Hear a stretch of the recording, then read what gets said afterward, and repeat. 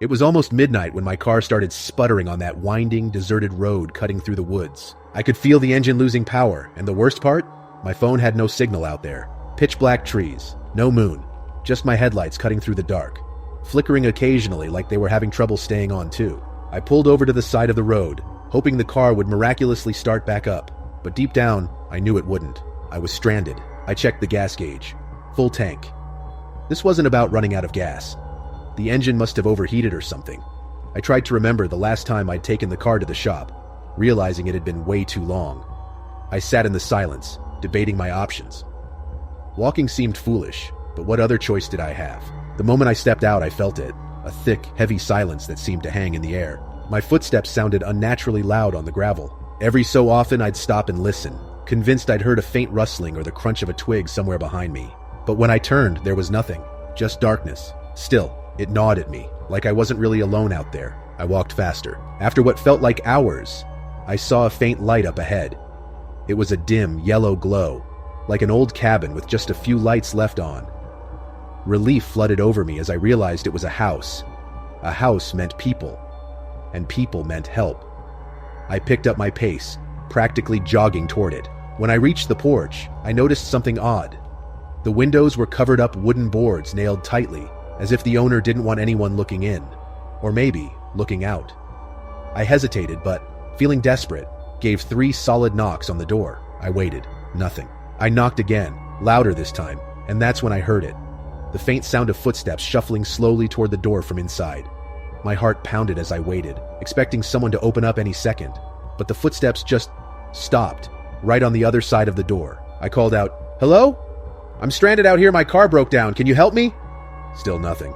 Then, almost as if it were a response, I heard a lock turning, but the door didn't open. It stayed still, slightly ajar, like whoever was on the other side had changed their mind about letting me in at the last second. I peered inside, but it was too dark to make anything out. "Hello?" I tried again, my voice barely more than a whisper. Then, as I leaned closer, I noticed something. The faintest outline of a figure just beyond the doorframe, standing there, watching me. The feeling was suffocating. Whoever or whatever was inside didn't want me to come in, but they weren't asking me to leave either. They were just waiting. A chill crept over me. My instincts were screaming at me to back away, but curiosity or stupidity kept me rooted in place. I reached out, gently nudging the door open, just enough to see inside. The room beyond was dimly lit by a single swaying bulb. It barely illuminated the space, casting long shadows that seemed to stretch and twist in the corners. And there, in the middle of the room, was a chair. Tied to it was a man, his head slumped forward, his hair matted with what looked like dried blood. I froze, barely able to breathe. Was he dead, or just unconscious? Before I could think, I felt a rough hand grab my shoulder from behind. "Who are you?" a man's voice hissed, sending my heart into overdrive. I spun around, coming face to face with a man who looked like he hadn't slept in days. His eyes were bloodshot, his clothes disheveled, and there was something in his expression, something wild, almost desperate. I'm just a driver. My car broke down up the road," I stammered, holding my hands up. "I didn't mean to," he interrupted, glancing nervously toward the figure in the chair. "You need to leave. Now. You don't know what you've walked into." "I just need a phone. I'll call for help and be out of here," I said, trying to sound calm even though every nerve in my body was screaming to run. "No phone here," he replied, shaking his head. "And you don't have time." He glanced over his shoulder at the man tied to the chair, his face twisted in fear. I didn't want to do this, but they're making me. They're watching, you see? They're always watching." I felt sick. Whoever this guy was, he was deep in something twisted. And I just stumbled right into it. The man stepped closer, his eyes narrowing as he searched my face. "They can't know you were here. You understand?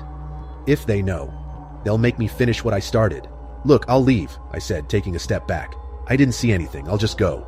But before I could turn, he grabbed my arm, his grip iron tight. "You think you can just walk away? If they find out you were here, they'll come after both of us. You, me, everyone. No one gets away clean." I pulled my arm free, adrenaline surging through me. "I'll take my chances." He watched me for a moment, as if weighing his options, then finally nodded. "Run. Don't look back. And if anyone stops you, don't say a word. Just keep moving." I didn't wait for him to change his mind. I turned and bolted, sprinting down the road as fast as I could, not daring to look back. In the darkness, every shadow seemed to stretch toward me. Every rustle felt like it was closing in. The only sound was my heartbeat, pounding in my ears. When I finally reached my car, I fumbled with the keys, desperate to get inside. As I slammed the door shut, I glanced back up the road.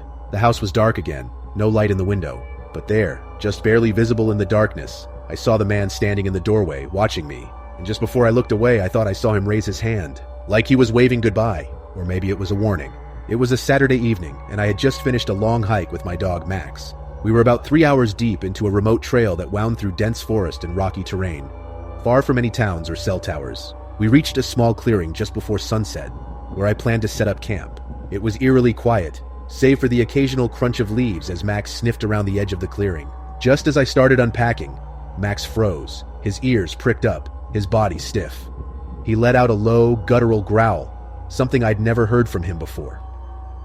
I scanned the tree line, half expecting a deer or maybe a fox, but saw nothing. The silence felt like it was pressing down on me, too thick, too heavy.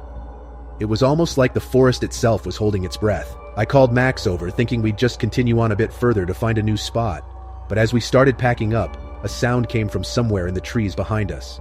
It was faint, but unmistakable, the sound of something large moving through the underbrush, deliberately slow, like it was trying not to be heard. Max growled again, and my instincts kicked in. I called out, "Hello? Is someone out there?" My voice sounded small, swallowed by the forest. No answer. But then, a low, strange laugh echoed through the trees. It was distorted, almost mechanical, but definitely human. It chilled me to the core. There shouldn't be anyone this far out. I was miles from the nearest trailhead, and it was getting dark. I didn't have the time or energy to deal with some lunatic in the woods. "Max, let's go," I muttered, pulling his leash tight as I packed up quickly. We started down the path, and I couldn't shake the feeling that something was behind us, watching, moving just out of sight. Every so often I'd catch a flicker of movement in the corner of my eye, but when I looked, there was nothing, just trees and shadows. About a mile down, I started to feel a little more at ease. The woods had opened up a bit, the trail was clearer, and I could see the last bits of sunlight filtering through. Then, as I rounded a bend, I saw it. A small, abandoned campsite right by the side of the trail. A single tent sat in the center, slumped, with one side torn open. The remnants of a campfire were just ashes now, long dead. But what stopped me cold was the backpack lying in the dirt just outside the tent, half buried. It was old, crusted with mud, and had clearly been there a while. But next to it, poking out from under the tent flap, was something newer, fresh. A shiny, modern flashlight lying partially hidden in the leaves. I felt a knot tighten in my stomach. Someone else had been here, and not too long ago. My mind started racing with possibilities. Was this the person I'd heard? Why would they leave their campsite abandoned like this? I scanned the ground around the tent, and that's when I noticed something else. Footprints. They were faint, but led from the tent deeper into the forest, away from the trail. I bent down to look closer and felt a chill run through me. The prints weren't normal. They were erratic, like the person had been running or stumbling, and there was something else, drag marks alongside them, like they'd been pulling something heavy behind them. I was about to turn away when I heard it again. That laugh. But this time it was closer. It sounded sharper, clearer, almost like it was circling around me. I couldn't tell if it was coming from my left or right, and it made my skin crawl. I grabbed Max's leash and started moving faster down the trail, trying to keep my mind focused on getting out of there. But the laugh followed me, echoing in short bursts from somewhere out in the trees. I felt trapped, like every direction was the wrong one, and no matter how fast I moved, the sound stayed close. Then I heard something I'll never forget. In between the laughter, a voice, barely more than a whisper, called out my name. Chris. My heart stopped. No one else should have known I was here. I felt a wave of terror wash over me as the voice came again, clearer this time. Chris. I broke into a sprint, not caring if I tripped or fell. I just needed to get away from whatever was out there. Max was running beside me, his ears back, looking as terrified as I felt. The trail twisted and turned, and I could barely see with the fading light. My mind was racing, trying to make sense of what was happening. But then, just as suddenly as it had started, the laughter stopped.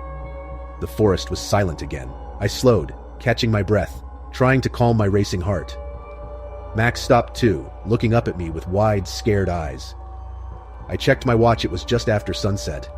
The dark was closing in fast, and I knew I had maybe half an hour before it was pitch black out here. Just when I thought I might have outrun it, something caught my eye. I looked down and saw them the same footprints and drag marks, fresh in the dirt right next to me. But here's the thing. They weren't leading away anymore. They were facing me, as if whatever had left them had stopped, turned around, and waited. A twig snapped somewhere behind me, and I felt a shiver run down my spine. I didn't dare look back. My body was frozen, my heart pounding so loud it felt like it would burst. But Max was the one who broke the silence, whimpering softly and nudging me forward, urging me to keep moving. I don't know what finally made me move, but I forced myself to take a step, then another, then a few more.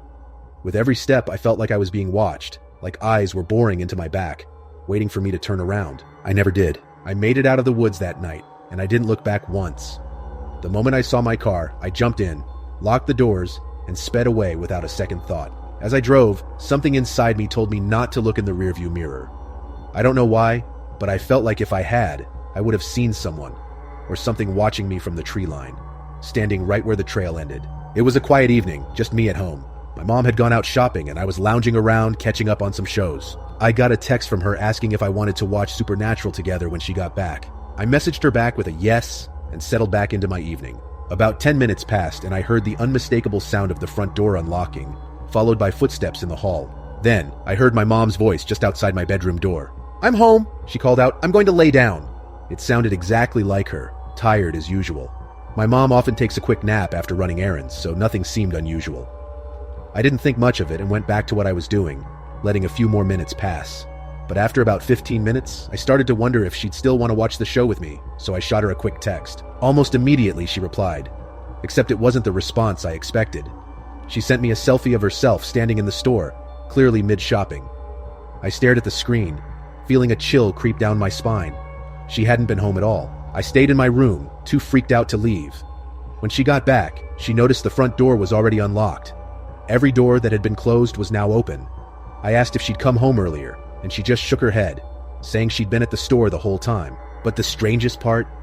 I hadn't left my room since I heard her voice outside my door. Then, just last month, something strange happened again. I'd started working at a haunted corn maze for Halloween season, which meant getting home late, sometimes close to midnight. My younger sister also worked there, but since she didn't have as much makeup to take off as I did, she'd get home a little earlier and head straight to our shared bedroom. One night, I was washing off the makeup from my shift, feeling the exhaustion settle in. As I was scrubbing my face, I heard a faint shuffling sound coming from the living room. I figured it was my younger brother, who's 10, and has a habit of getting up in the middle of the night to grab a book or sneak a snack. "Hey, you should go to bed," I called out, assuming he'd be embarrassed at getting caught. The only reply was a soft, playful giggle. Annoyed, I grabbed a towel and headed to the living room. I was just about to tell him off for being up so late when I saw a shadow dart behind the armchair. Thinking he was trying to hide, I marched over, crouched down behind the chair, and prepared to catch him in the act. But there was nothing. No one was there. I felt a wave of unease roll over me, but I still brushed it off, figuring maybe he'd just been faster than I thought. I decided to check his room just to be sure. I slowly opened his door, tiptoeing in so I wouldn't wake him. And there he was, sound asleep, breathing deeply, his blankets tucked neatly around him. I stood there in silence, taking in the stillness of his room, trying to make sense of what I'd just experienced. There was no sign he'd been up or out of bed at all, and no way he could have made it back here so quickly without me seeing him. The house was quiet again as I returned to my room, but my mind raced with questions. Twice now, I'd heard and seen things in my own home that didn't add up. Voices and footsteps where there shouldn't be any. I wanted to believe it was just my imagination, maybe a trick of exhaustion after long nights at the corn maze. But there was something too real, too close about those encounters. Every so often, as I lie awake at night, I'll hear the faintest shuffle down the hall, or a soft creak just outside my door. And I'll wonder, was it really my mom I heard that night? Or my brother's laugh echoing in the dark? Or is there something else living in our house? Something that knows just how to sound like family?